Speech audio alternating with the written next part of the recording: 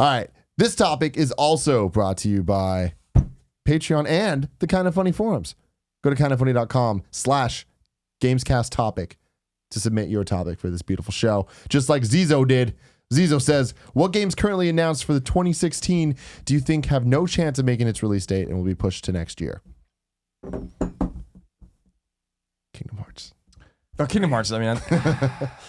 No chance. So definitive, not a shot in hell. Yeah. Shit. And then if we can't go there, then I still see that Horizon could tumble out of this year. Okay. I'm not prepared to say I think it will. That's a possibility that I think. Last Guardian. I think a lot of no way.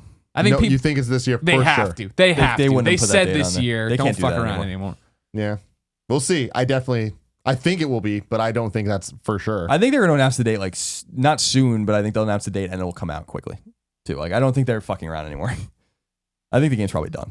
Not like in Gone Gold, but I think the game's probably like being polished. I mean, we haven't seen anything from it since E3, right? I think they just have to shit or get off the pot. I think they know that. No, nothing. I mean, I don't know. Not that that's necessarily a bad sign.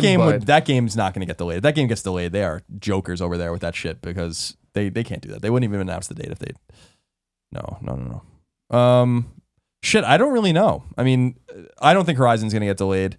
A lot of the releases that we're really cognizant of right now are soon are games that have been locked into this date or have been pushed already, so they're going to come out. So you're thinking like games like Deus Ex, Mass Effect, maybe, but I still think Mass Effect will come out this fall. I think they're just not saying anything.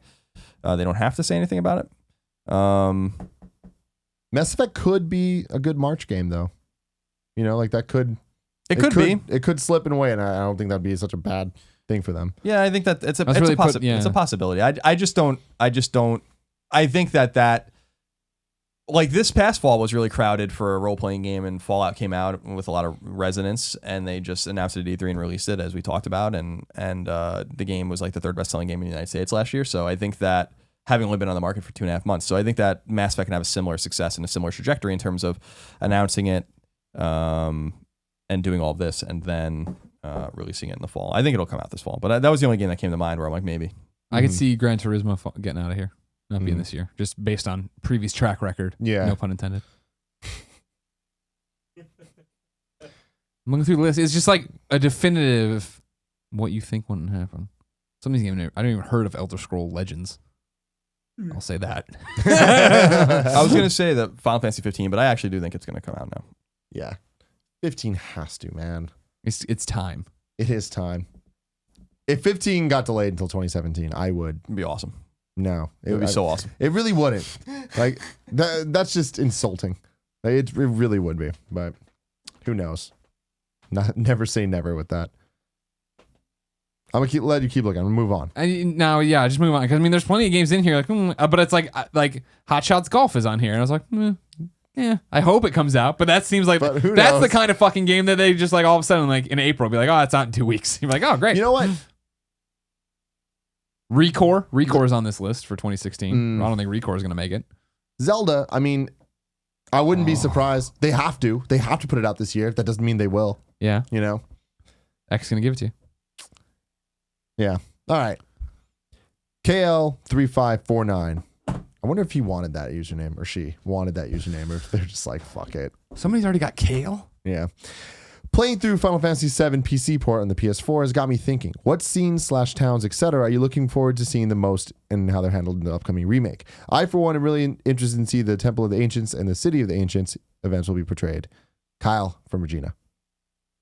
I mean, it's contrived, but Midgar is the one they really have to nail. And I think, maybe Costa del Sol or something like that, or the Gold Saucer. But but Midgar is the ominous capital city, and I think that they really have to nail that. I mean, that's what I'm most interested in. And we've seen a little bit of it, but I want to, I remember still a very seminal moment in my gaming life was spending so much time in Midgar, and when you don't really know what the fuck's going on in Final Fantasy VII, we didn't, I had the internet in 1997, but I wasn't like reading much about it and stuff like that. The game takes so long to get out of Midgar that you think you're never going to fucking leave. And I remember that moment of leaving and being on the world map for the first time. This has to be like, 10 or 15 hours into the game or something like that in my mind. I don't know if that's true or not. And I remember leaving this kind of big circular city behind, and I'm interested to see like what that looks like. I don't know. It's I'm interested to see what the whole game looks like. I'm also interested to see when it's actually going to come out. Probably never. But we'll see. Yeah. That's true. I'm really interested in Cosmo Canyon because that was one of the moments in the game that I was really like impressed by the look of it and the just kind of scope of it, and like the big telescope and all that stuff and the music and all of it. It felt different than the rest of the game, and I'm really excited to see what they do with, you know, the PS4 and all that shit. And also just the town of Nibelheim. Is that how you say it? I don't know. Not necessarily. Is that where you meet Sid? Right? Schumann? No, isn't that the town? Or is Nibelheim the one that gets burned? Yeah. Okay. Yeah. No, Yeah. How to get burned? The one that's also in isn't it in Crisis Core? Yeah, a little bit. Yeah. So I'm interested in that. Not so much like the burning scene and all that stuff, because we've seen what that would look like in Evan Children and like bits and pieces of CG stuff. But I want to see like the town, because that town had a real distinct look to it in terms of everything was really kind of old looking. And like there was a lot of buildings you can go into and kind of piece together story elements and like read, you know, notes left on people's tables and like look in drawers and shit. And that would be interesting to me of what that looks like in a modern landscape. Yeah, there are characters I want to see too, like and encounters that I want to see, like Yuffie or Yuffie, meaning Yuffie or Yuffie. I always call her Yuffie. I think it is pronounced Yuffie though. When you called her Yuffie? When we didn't know how anything was pronounced. That's so funny. I never even heard anyone say that, but that makes sense. But seeing her, meeting her randomly in the woods, I want to just see like how these encounters go down, and Vincent in the old mansion as well. Yeah. I think they're going to be part of the story now. That would be fucking lame as hell. I think it's gonna. But they were supposed to be part of the story. They were thrown in. I think like they didn't. You know, the game got too ambitious when they were developing. I was just reading about that recently. I actually didn't know much about the development of the game until recently. I want to see that, but I also want to see like what the Turks look like and specific, because I loved Rufus and the Turks like a lot when I was a kid. I almost, they're cool. Yeah, I remember they were made to be cool. I remember in 8th grade in like '98, I bid on a poster, like a Japanese poster of them on eBay, and I didn't win, and I was very disappointed. Like just that, not even. I mean, some of the core characters like Kate Sith and Sid. My boy Red 13. Yeah, Red 13, and I want to see how they're all rendered and what they look like, because it seems like they're doing. Cloud looks a little weird to me, but I like the way Barrett looks. And Tifa, you see her a little bit, I think, right? No, you haven't. Or seen Eris, you see, right? You see Eris, right, with the flowers. Okay, not Tifa. Yeah. So I think that 2 out of 3 is not bad.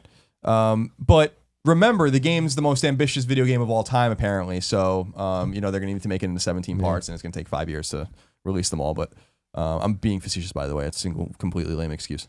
Yeah, but I'm excited to see. I'm excited to see all of it, because I did play it for a little while on PS4. I thought I was going to get more drawn into it than I did, or was. But it did bring back a lot of feels for me. Feels are good. Having not played it know that. in a long time. Yeah. There's something very nostalgic about that game. There's something very special and important about Final Fantasy VII. They better not fuck this up. Also, the motorcycle chase. The idea of playing that, I think, would be really fucking awesome. Wout B says, I'm currently really enjoying Fallout 4. My question to you guys is, do you think the Fallout 4 season pass will be any good and worth buying? Love you guys. Keep up the great work. Greetings from the Netherlands. Oi! I do. I think it'll be worth it. I enjoyed. I'm with him. I platinum Fallout 4. I had a great time with Fallout 4. I'd love more Fallout 4. I'm anxious for more content to jump into and go and have more things to go level up and go and do. So yeah, and but based on track record with Fallout 3, I like the Fallout 3 DLC. Yeah, even the ones that weren't the highest of the highs, I enjoyed. Yeah, I'm what I'm most interested in, and I said this pre-release when we were just kind of hypothetically talking about hypothetical DLC, was Point Lookout was so good. It's probably like my favorite piece of DLC ever, and it's because they just made a new map.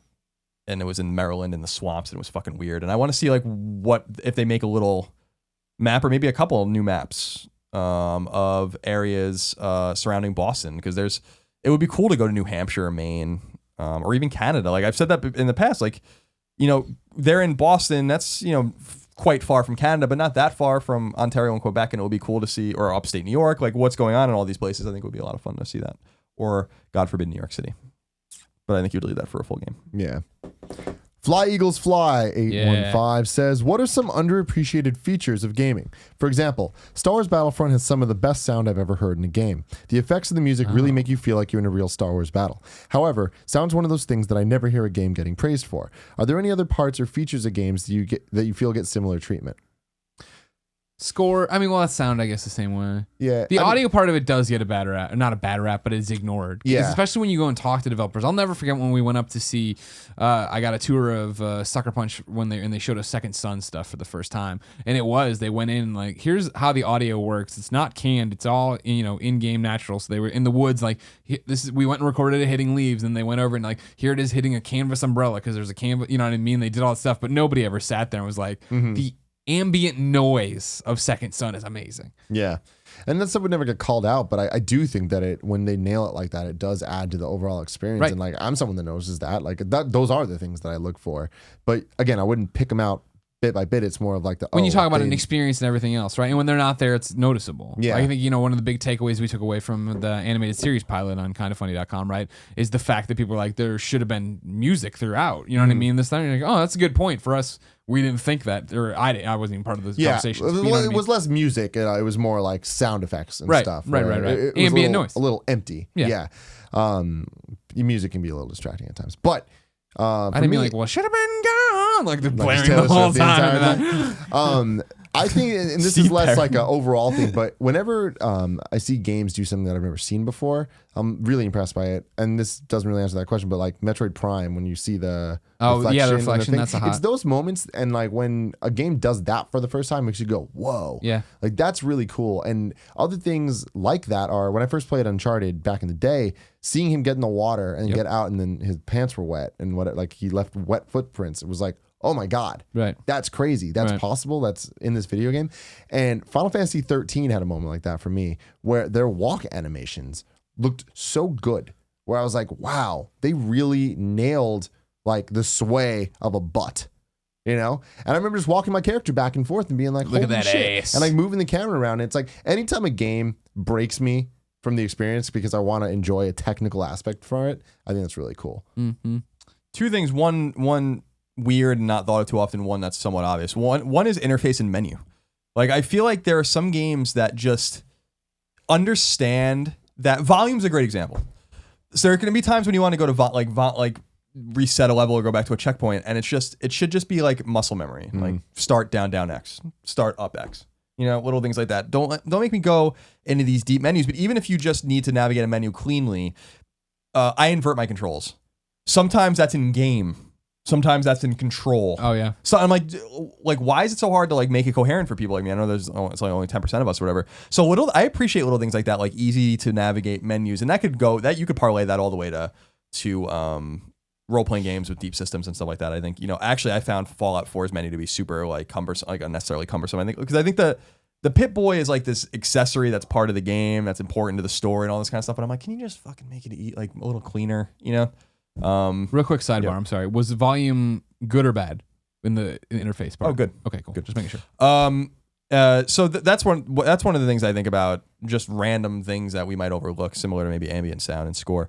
That's really good. Less obvious thing is load times. There are games that load so quickly, and I have no idea how the fuck they did it. And then there are games with load times where I'm like, what are you even loading? Mm-hmm. And I have very little patience for long load times. Bloodborne was one of those games where I'm like, this is insane. And I know that they patched it and it's fixed now, but when it came out, it was insane. You could go like literally make a sandwich. Like I know people say that, but you could like literally just leave, walk in, take everything out, get the mayonnaise, put the bread on the plate, break up the lettuce, put on the meat, and walk back, and it would still not be loaded. And in a game where you die over and over and over again, I'm like, this is fucking nuts. But it was a very clever, although probably unintentional way for you to make, to not be, to be a little more cautious.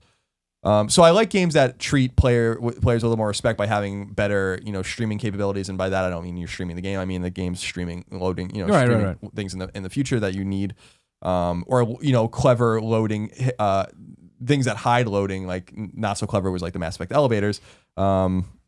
But more clever might be Fallout 4's ability to kind of examine enemy models and weapon models and read things, whatever. It's not like the best thing in the world, but at least it masks loading time. I always So liked like Uncharted and God of War when you like go through like the cracks, and now everybody does it. Tomb Raider. I mean, everyone does it, but I remember when that first started, you were like, "Oh, what a smart way not to throw up a loading screen to remind me that I'm playing a video game." Right. Another one, it's gonna sound weird, but stick with me. I think controls don't get enough credit sometimes. Bad controls get called out all the time. Like, oh. And why did they put the button? Why did they assign this button to do that and da da da? But I think it's rare that you're like, when it's natural and it just works and it works exactly the way you expect it. It's natural and you expect it, so you don't think about it. Yeah. Whereas like, damn, they nailed how this should feel and how this, jump in and do this. Definitely. Last question comes from Innocence. Hey guys, my topic is simple. I've noticed that the games I'm playing are beginning to have multiple endings depending on the player's choices. A few examples are Fallout 4, Bloodborne, The Witcher 3, GTA 5, so on. My question is, are multiple endings in games a good thing? Are they worth replaying the entire game numerous times? Thanks, and keep up the great work. Yes, they're a good thing. And I don't think they're necessarily worth going back and replaying a different way. You know what I mean? Like, I think like for Fallout's a great example, right? Like Fallout, you just make a save.